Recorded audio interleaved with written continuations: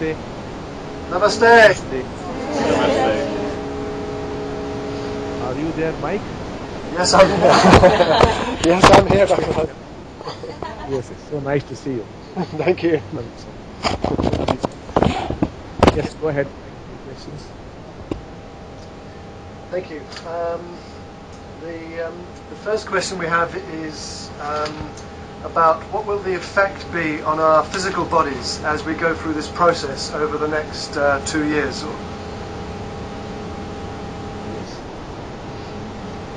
From past experience with people who are in higher states of consciousness, we would say the body feels light, it feels very energetic, you have a sense of well-being, and it becomes highly sensitive to sounds, smell, touch, and senses acquire a kind of acuity. They become very sharp, and it's very pleasant to be in this body and to move around. It becomes a delightful experience. You actually feel like a feather wherever you like to feel. That's what would be happening if all things go well. It's a beautiful experience. Next question, please. Some of us are experiencing a lot of fear about the big transformations that may be ahead, and even about what's going on in the world now. So how can we face these fears? Fear is a word. Whatever is happening there, you are naming it, you are calling it fear. Then all the problem starts. What actually happens is you are running away from fear or whatever is there, which is what you call fear. The actual fear is something else. What you call fear is the actual act of running away from it. If you were to turn around, confront the fear and soak in the fear, then see what happens. I do not want to say anything because then you would make that into a concept and you would expect. Please do this. Turn around, confront, allow it to eat you up. That's all. Do this and tell me what happens. I'm not going to tell you what happened. The act of running away is what you call fear. You never actually faced fear. You've been running away from it. Running away from the tiger. No? And you say, oh my, such fear. Turn around, face the tiger. Let the tiger maul you. Eat you up.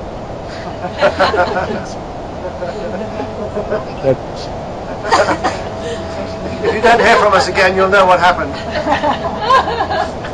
You tried it. The tiger becomes a concept again. Thank you.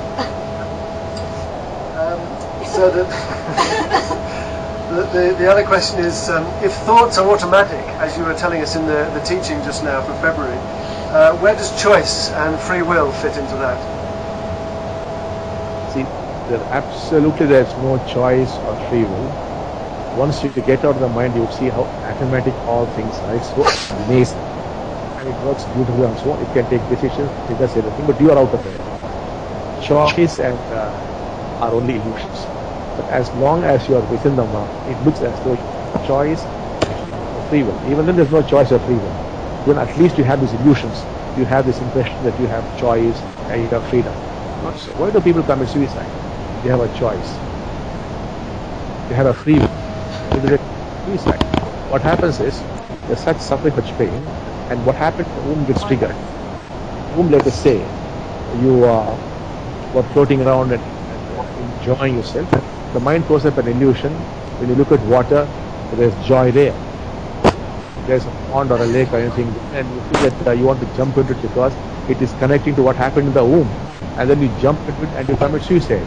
And only after you jump in, the illusion stops, and then you want to get out. So the guy who wanted to commit suicide, after jumping in, is screaming. So also fire and light. So let us say you had a beautiful birth experience and you saw the light at the end of the tunnel coming out.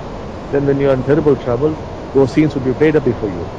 And then you see fire, you mistake it for light. And then you enjoy it. Thinking is all joy and bliss. So where's your control? You do not even know it is fire. You do not even know it's going to destroy you. You're taken over. Whereas you assume the guy knows it's done him to death. Not at all. It doesn't happen. It's simply pulled magnetically towards it. Very often you see people just before committing suicide are euphoric, or sometimes you're very happy. That's when you get fooled. You let your guard down, then the guy commits suicide. So where is the control there? So people talk of expressing the self. Well, But how many people keep expressing themselves in a positive way? Most of it is destructive. You know you got to study for your exam. You do not study. You are like a vagabond. You don't do that. You know if you speak those words, your marriage will break. Still you speak it. You know you can't behave that way in the office. You behave that way and check. Where is your freedom there? Where is that? You know these things are. So the self is expressing itself in a very destructive way because you have no freedom, you have no choice. But you feel as though you took that decision, your own choice, you spoke those words and got checked out. That is a big illusion to suffer from. But once you become awakened, you step out of the mind, it's functioning there on own. You can do anything. You can do mathematics, you can do physics, you can take decisions all on its own. You would not be there because you are just not there. You never were there. You are not there and you will never be. The only thing is an illusion. It's a simple trick, that's all. Once you come out, it's all over. Then that you start living. That is why the translation very often happens in less than 3 minutes. You find that you could be preparing for years. In 3 minutes, you just look over to the other side. So let me hope it will soon start happening to you. For a lot of people, it's beginning to happen. By the day it's increasing, I hope it will soon happen to you. Mike, shall we move on to the fourth question?